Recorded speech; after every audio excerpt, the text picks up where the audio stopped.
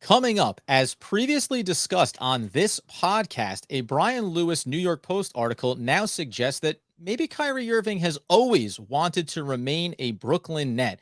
We break down where this narrative is coming from, if there is weight to it, and how the Brooklyn Nets organization may have made some very active decisions in getting through this offseason successfully around their superstars. All coming up right after the theme music. You are Locked On Nets, your daily Brooklyn Nets podcast. Part of the Locked On Podcast Network, your team every day.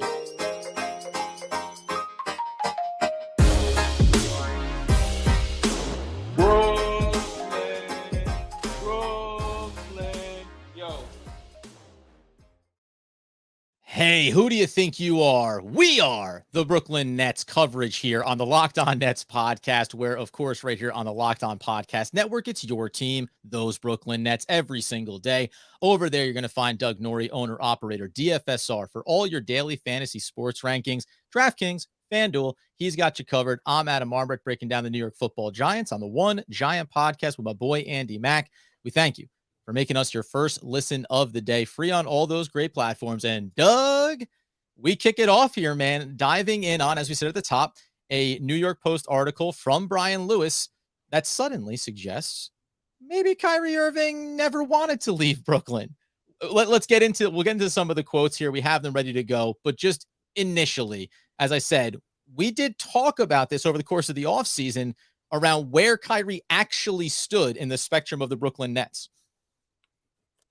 We talked about this 2 days ago or 3 days ago as just a throw in to one of the episodes where, like, kind of near the end, if you didn't hear it, we kind of both said, hey, let's just do a quick check-in. Is Kyrie Irving actually asking for a trade here? Like, we haven't really ever gotten that news. It's always just been assumed because it's been tied to the Lakers. It's been tied to Westbrook. It's been tied to, before he signed the player option, like he had like 48 hours where it seemed like he was going out to hustle up maybe a trade, and then came out of nowhere and signed the player option. But in tied thinking to a about desperate that, LeBron James, right? Right, exactly. Wanting to salvage maybe just his, a little posturing in there. But we kind of did say, like, wait, hold on a second. Has he ever even asked for this? Like, is that actually what he wants? Sounds like he wanted an extension. The Nets didn't seem like they wanted to go there, at least at the same terms that they both had. And then we're like, oh, okay, maybe that's just actually not what he wants. And then on the heels of that, Brian Lewis comes out with an article. It's very clearly titled, Kyrie Irving wants to be a Net with or without Kevin Durant. I mean, so there's no real, there's nothing really, you're not reading, you don't need to read between the lines in terms of the article. Kyrie Irving is not sourced in this article as a quote. His source is close to Kyrie Irving. So take that what you will, like who those sources are. But it does kind of follow along a narrative here that we were starting to kind of think about, which was, yes, Kevin Durant has formally asked for this thing. Kyrie Irving is tied to Kevin Durant because they're friends at the hip, but maybe that's not the case. And we'll go through a little bit what this article says, but that is it looks like there might be starting to be a separation between these two guys. Yeah, and we're going to get into it later in this episode around that separation and maybe the decision-making process, not just for the players, but also for the organization in terms of how they wanted to handle what feels like coming down to the end of a very difficult handful of seasons for everyone involved. To your point, though, sources close to Kyrie Irving's camp said, inside of Brian Lewis's article, how did we get into this situation about trade when he opted in? Goes on to quote again saying, Kyrie has not asked for a trade. Now, if the Nets don't want him, that's something totally different. Kyrie has not said he wants a trade. He opted in. So where did the trade conversations come from? Is it because KD requested a trade and now everybody's like, let's trade Kai? Kyrie opted in. So let's just push the pause button right there on that. I always, as we say, a lot of these conversations end up being sources close to. By the way, sources close to the Brooklyn Nets organization also gets used here, right? No one's ever actually saying anything to anyone. However, do you think does that logic track that, hey, he opted in, so the foregone conclusion should be he wanted to be here? I think that does kind of just cut out the part where they were negotiating for an extension, it fell apart, and then he chose to opt in. Yeah, it definitely leaves out some pretty significant information, which is what you just mentioned, right? It was like there had been talks about how long the extension was going to be. Could he opt in and then extend? Could he not opt in? And they extend them right away. Most players are usually going for more years because that's just more security. There's more money involved. Like there's just lots of reasons to go out on the calendar instead of just like opting into player options. Typically, when a player opts into a player option, it is because their value has dropped on the open market below whatever that option is, right? Yeah. And so sometimes you can read a player picking up the option to just be code for no one else wanted to pay me that money this season, right? Or like and so that's the Right. case. So yes, those quotes do conveniently leave out that part of it, I think. But now that we're here and he has signed the contract, Mhm. like this is just where we are now, right? So it actually kind of in some ways doesn't matter what happened with any failed negotiation or any failed trade with the Los Angeles Lakers, because if those two things aren't going to happen, Kyrie Irving still has the ability to be a free agent after the season with any team, right? Like he's not contracted beyond the season. So if the word is just getting out now that like the Nets are still part of his future or they still wants to play for this team, I do think that's still a pretty important talking point around him, even understanding and admitting that, yes, like those source quotes do leave out the part where the thing he probably wanted to happen first simply didn't happen. Right. It can be that now, given where we stand now, Kyrie Irving is, of course, open to staying and remaining with the Brooklyn Nets, right? I think that if you frame it that way, it makes sense because I tried for X, it didn't pan out, and now I'm going to move into possibility Y, coming back to the Brooklyn Nets and seeing how things play out over the course of this season. One other quote here from that source close inside of that article said, Kyrie wants to play. He wants to win a championship and he wants to play, the source told the Post, adding of the Durant situation. I think when KD said he wanted a trade, he didn't say, I'm going to trade to where Kyrie goes. This is just a little footnote here before we get into the organizational side of it. I don't know what that's supposed to, what does that mean to me? Like this, again, I understand what they're saying. And also, yeah, I can just look at the surface and talk about the mechanics of what the money would look like for both these guys to end up in the same place.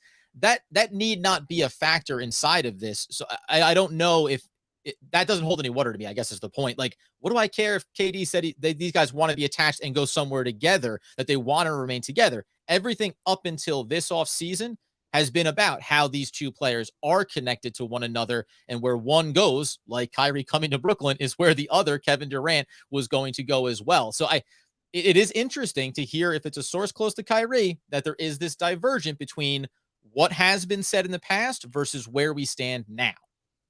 Well, and I'm just going to clarify something too. Let me just clarify the source. The source is close to the situation, right? Like, and I Right. think he may even maybe say that it's Not the guy confirmed from by the Jersey Shore, organization. right? You're talking Yeah, about close to right. Kyrie. Just to Yeah, be gotta be not specific. situation with a capital S. Then I'd be referring to to Mikey D.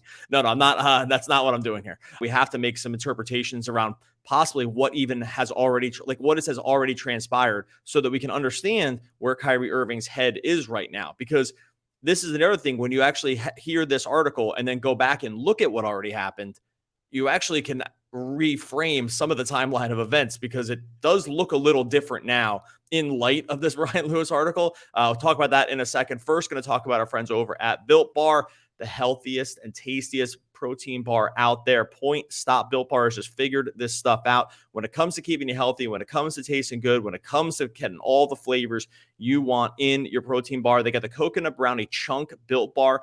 I know that sounds like an ice cream flavor. It's not. The stuff has the stats to back it up. Now they have the coconut brownie chunk puffs treatment, bringing you all the same goodness that you get from the Built Bar, but now in chocolate covered puffs style. All Built Bars are made with collagen protein that your body absorbs more efficiently. It provides tons of health benefits.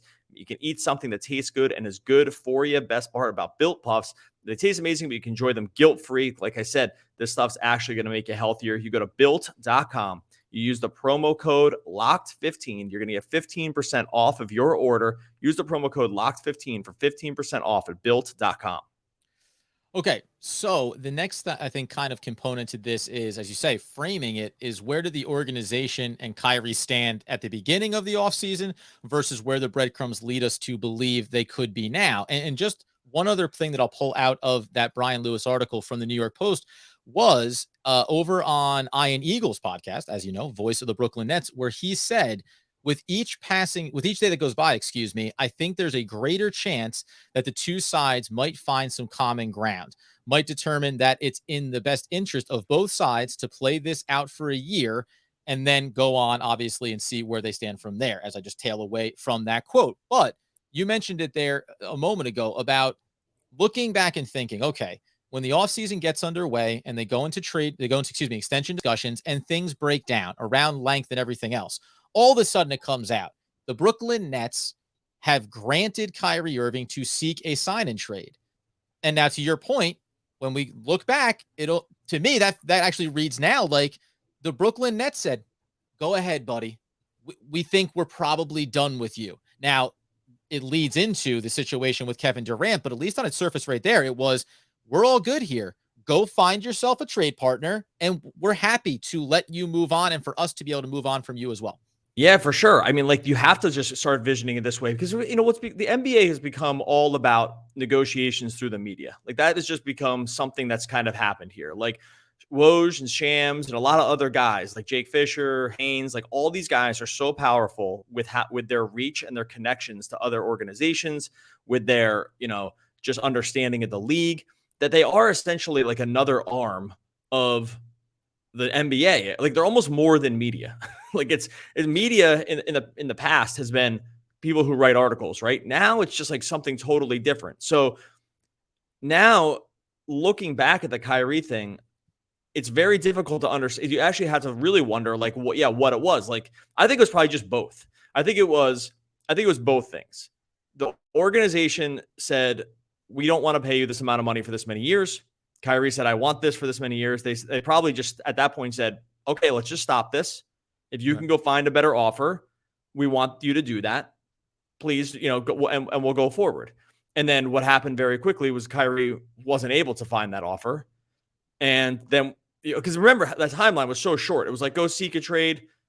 And then he signed the player option within like 24 hours or something like that. Like, it was a really, really fast turnaround when it came to that. So I do think it probably seemed a lot like it was Kyrie saying, oh, I want out of here.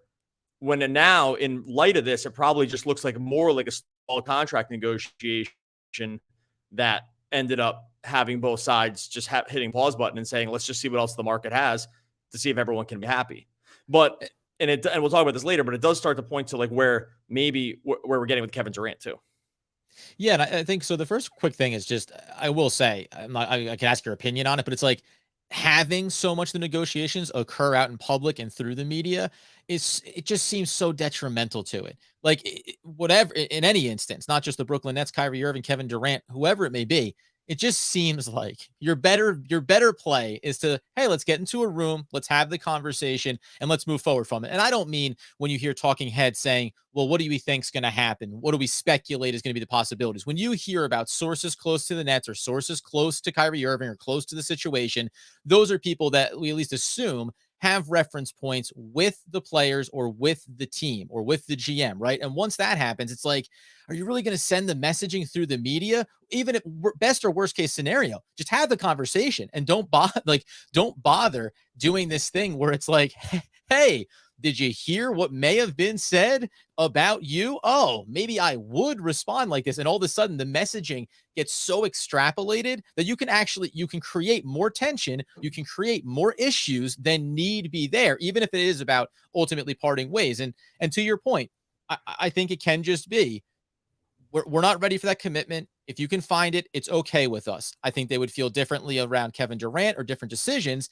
And as we're going to get into here in a little bit too, that, as you said, the impact on Kevin Durant. But I do wonder, take it back to the top, right? Kyrie Irving wants to be a net. He wants to play. He wants to win a championship.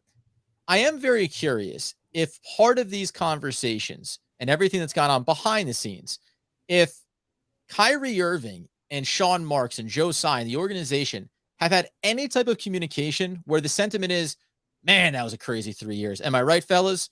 Let's just try to calm down. And while this isn't perfect for me, Kyrie Irving, I can get it. I can understand it. Opt in and let's see what happens. And that also does, as we're going to get into in a future episode coming up, around the organization saying, yeah, like this is where we feel comfortable too. And maybe we can reset our relationship, but it need not be as contentious as maybe the public discussion around it has led us to believe. And this is where you can kind of like situations like this, you can probably start understanding where players probably get extremely frustrated with the media, right? Right. Hearing Because everyone talk trash about them or just make or essentially just like coming up with storylines that kind of fit whatever they think is happening. By the way, in an information void, that is just what happens. So like when there's frustration around, stories that come out or speculation around what might be happening, sometimes it's just trying to fill in the pieces around what's happening because it's difficult to understand it. So you're filling in the information void with what might make sense or what would like kind of put all the rest of the pieces back together. And I understand why the specifics of a negotiation wouldn't come out during negotiations, because that's a really bad look for both sides. You usually just don't want that to happen.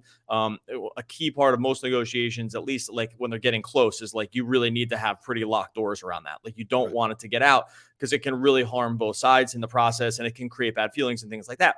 But when there's no information, then you're left to just try to make up the situation for yourself. And I think this is where players get frustrated. And clearly Kyrie Irving is a guy who's very frustrated with the media in general, because for a lot of different reasons, not just this, some I think are warranted, some I think that are not. But in general, though, I think just from a high level, this is a perfect situation where you can probably see a player being like, what is going on here? Like, I didn't say that. And I also can't really talk about it because it would sidestep some of what I think is a good negotiating process. Let me ask you this then too. Do you think that if the organization said you have permission to seek a sign and trade and Kyrie sniffed around a little bit, if something very quickly materialized, because this is why I think it's funny. Kyrie never said he wanted to be traded. But if something had materialized quickly and it didn't involve $47 million of Russell Westbrook and he could get to the Lakers, I think we would have been talking about last week how Kyrie Irving had been traded to the Lakers, right? So that's the one part where I think it falls apart, where you go, no. I didn't want to be anywhere else. I want to be a net because I can't get anywhere else right now. That's kind of, that's a big part of it. And you know what? Don't even respond. I think we both agree that can be what the case was. Coming up here in a second, we're going to talk about, though, maybe the biggest impact around all this. And that is, of course, one Kevin Durant and why he suddenly submitted a very quick free agent trade request with the Brooklyn Nets. Okay, so this is what we come to here. Is Kevin Durant done with Kyrie Irving? It's something that had been floated out there a little bit. Like you've heard kind of this it's been thrown in as like the third or fourth sub thread around the Brooklyn Nets. And it didn't seem necessarily worth pulling on per se, because maybe who really cares? But now that you get the sentiment that Kyrie Irving wants to be a Brooklyn Net, wants to stay here with or without, as it was said in the Brian Lewis article, with or without Kevin Durant, we have to then ask the question, like, did Kevin Durant look at the whole thing, the organization and Kyrie and that circumstance, and go, you know what? Maybe I'm just good here. Maybe, and he, for all that we say that Kevin Durant loves to play basketball, that's his main focus, we do have to acknowledge, like when we talk about Kyrie, hey, Kevin Durant made some moves, right? Went from OKC, understandable, to the Golden State Warriors, won championships, and then was like, also, I'm good here. I want to go do my own thing. There's no reason to stop short of saying maybe Kevin Durant wants a new experience now, and it need not be with Kyrie Irving as that felt a handful of years ago. Well, yeah, I mean, I think and that is something we haven't really talked too much about with this, and like you said, and it's just very obvious when you just think about it from another high level, because he did request a trade. It didn't involve Kyrie at all, and that kind of just told the whole story. Now, it can make sense. Like, two things can be true. He cannot be frustrated with Kyrie, and he could just be frustrated with the organization to the point where, hey, this isn't where I want to be long term. Kyrie's only here for one more year. This is the time to make the move now. Like, there's just are other things that can be outside of Kyrie Irving. But it does appear. Can he be frustrated with Kyrie Irving around, if we look back to those negotiations and say, reportedly it was 2 years max dollars with years 3 and 4 ready to kick in based around games, and Kevin Durant could look at that and say, hey man, that's fair. We're going to get there together, right? And when Kyrie says that isn't good enough for him, can it be that Kevin Durant was like, oh, come on, guy. Like, I'm already committed 4 years here. Like, just jump on the train and let's put this behind us. It could be that. It could also be him just getting out in front of a situation he sees coming. Like he could see this train coming where the next stop at the station is Kyrie's not going to be a net after this year with the player option. Like if something comes out after, if they're not close to an extension right now, he might be saying, I could be here holding the bag year 2 without Kyrie, or I can just take the bag now and leave and just get myself into a better situation because my window is closing. I'm older. I cannot win championships forever. It sure doesn't seem like this was going to be a long-term fit, whatever the reasoning is, maybe related to Kyrie or maybe not. But it might just be him getting out in front of that piece of it and saying, like, let me get into a better situation now with an aging Chris Paul, maybe, for Phoenix, who our championship window is like 2 more years, maybe something like that. Like definitely for CP3 can, showing how much he's like not been able to sort of last through the playoffs.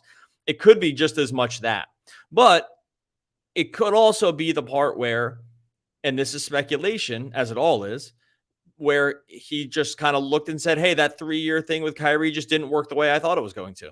Like this just hasn't worked out. Like, and the come and go with James Harden, right? Like, well, that came and went pretty quick. Looks like that's not going to be a part of it either. And now, however he may feel about Ben Simmons, but now you're left with a speculative opportunity going forward as opposed to something that felt very concrete.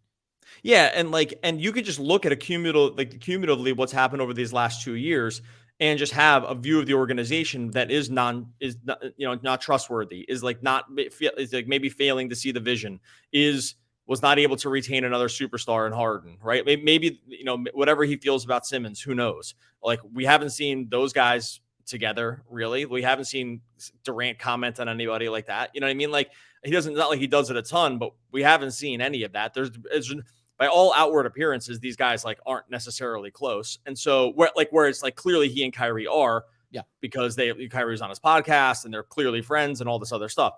I do think it's probably, if I had to guess, because again, we're just guessing at it, but if I had to guess, I think it's much more an organizational thing than a Kyrie thing. But the Kyrie thing is wrapped into the organizational thing, right? Like it's not mutually exclusive. It's just all part of the same sort of issue. And I think that, and by the way, it's like in general, players don't tend to look at one another and think, what have you done poorly here? As opposed to even in the worst case scenario. I mean, gosh, go back to Kobe Bryant and Shaquille O'Neal, right? These dudes couldn't stand each other, had to get away from one another. Ultimately, they trade Shaquille O'Neal. And on the back end, they always reflected. Shaquille O'Neal after his career was always like, yeah, we should have just worked it out. Like, what could we have accomplished there together? So you end up getting away from any even momentary animosity. And that makes sense, right? The workforce versus management. Like, that's always, I think, going to be the way that things side. And we've also seen this over time. Like, even through all of this, Kyrie Irving is still, as far as we can tell, a beloved figure around the NBA. Everyone likes him. I don't think that any player, we even heard Draymond Green, kind of talking on Kevin Durant a little bit over the last few days, where it's like, nobody's looking at Kevin Durant from a player perspective and saying, I don't get it. Like, why are you bailing out on this organization? They're all going, yeah, man, why does he want to stick around? There's no loyalty from the organization side around the league. They can trade you whenever they want. So it's always going to be about player empowerment. And from that standpoint, it'd be hard pressed to think that Kevin Durant and Kyrie Irving really had a divergent in that regard. So and one more point about that, like this is why comparing NBA players to you, the collective you in your own life, is always a mistake. Like this isn't like you and your friends from college went on summer vacation every year together for the first 5 years after college, and then like you got a new family, you got a family, and you met some people in your neighborhood, and you started doing vacations for them, and now your boys are like, oh, dude, you used to come out with us every year. Now you're going with your new friends. Like this isn't a friendship situation like this. Like the NBA players are just they're used to moving around. They're used to being on all different teams. They're used to having a bunch of different teammates. I actually think in a lot of ways,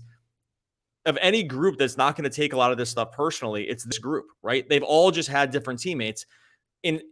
Honestly, in some ways, Kyrie and KD were like the outlier in this situation, that they're like, hey, we're going there together, right? As free agents. That almost never happens. Right. Like that actually never really happens because of timing and all this other stuff. Sometimes you get traded to where you want to play with a friend or something like that, or a boy of yours, but rarely do you see two free agents sort of dovetail their free agency into one team. So in that way, Kyrie and KD stood really apart from the rest of the league. So now retroactively looking back at that situation and saying, oh, they must be done with each other, that would actually kind of be ignoring the rest of the league and how it usually works. and you really should say, hey, they actually did it differently than everybody else. it's been 3 years. Mostly it happens this way with a guy wanting out or a guy staying or that. This is actually more normal for the NBA than the original situation. And there's going to be, our next episode is going to kind of tie into this. We're going to look into how does the organization maybe view Kyrie Irving, obviously what's going to happen going forward, potentially with just Kyrie Irving, maybe in that scenario. But the last thing I'll say there, you mentioned on that point, it's like, the idea that now maybe I'm a little more surprised that it's Kyrie as opposed to KD that would stick around given everything that's gone on. But I think you're right when you start to talk about multiple superstars with some significant money, even short or long term tied into them. It's always harder to move both. So somebody probably ends up staying. It's a little surprising if it ends up being Kyrie, but at the same time, it's hard to accomplish that. And we're already seeing on both fronts, at least for the moment, why that seems like it's going to be really difficult to do. And again, just as a reminder, it was weird for it to even happen the first time. So that's what I mean about having it happen now is not weird when you look at the overall NBA landscape. These guys are singular businesses. Like each player, I know they play for teams. These guys are singular names and businesses. Their names are attached to their shoes. Their names are attached to their endorsements. It's not like Kyrie and KD are have a joint shoe. Like the left one's the KD and the right one's Kyrie. Like joint bank accounts. Yeah. That one got me. Who has the checkbook? Who's got the checkbook? Looks like someone emptied the bank account. Who emptied this bank account? Yeah, that's great. I'm not gonna be able to recover from the joint bank accounts. Here we go. All right. So I thought my shoe one was good, and then you just came up over the top with the hammer. So no, but I think it's better to look at the situation as just like I said, more in the normal landscape of the NBA, just sort of ecosystem. Yeah. This is what happens. Players just need to always look out for what they think is best for them. Sometimes they make the right decision. Sometimes they do not. The history of the NBA is filled with this kind of thing happening. The Kyrie, it's only funny about Kyrie and KD because they have become so synonymous with each other over the years that it would feel like, and they said it, they want to play till they're old together, like they're friends. This isn't just, smoke with no fire. They want to go to county fairs together. They want to enter hot dog eating the potato sack race, the whole thing. They want to do all of it. Right. Rent the lake house for the weekend of the summer, now not with the guys from college. Yeah. But I think just kind of reframing it, then looking back at the situation and saying, okay, KD wants out, Kyrie wants to stay. Okay. And that's what we're going to talk about next episode, because if that is actually the case, with these two guys, and this is what is actually going to happen, I think we actually now need to start thinking asking a different question about what this team looks like with Kyrie and without Kevin Durant. So we'll talk about that next episode. In the meantime, make sure you subscribe to the podcast wherever you listen to podcasts, free and available on every platform. Make sure you subscribe over on YouTube as well. Free and available there. Just hit subscribe. Those are the only two ways you can help. And those are not the only, but those are the main two ways really you good can ways help. To help. Yeah. And they're totally free. They're just totally free. One click of a button, you do it. And it really, really helps us. Much appreciated. So subscribe over on YouTube, subscribe wherever you listen to podcasts. Still hanging on the rim from my checkbook joke, but I wonder if they sit down with both these players at some point, maybe with Kevin Durant, maybe with Kyrie, and they say, this is your last chance. After this, there's no turning back. You take the blue pill, the story ends. You wake up in your bed and you believe whatever you want to.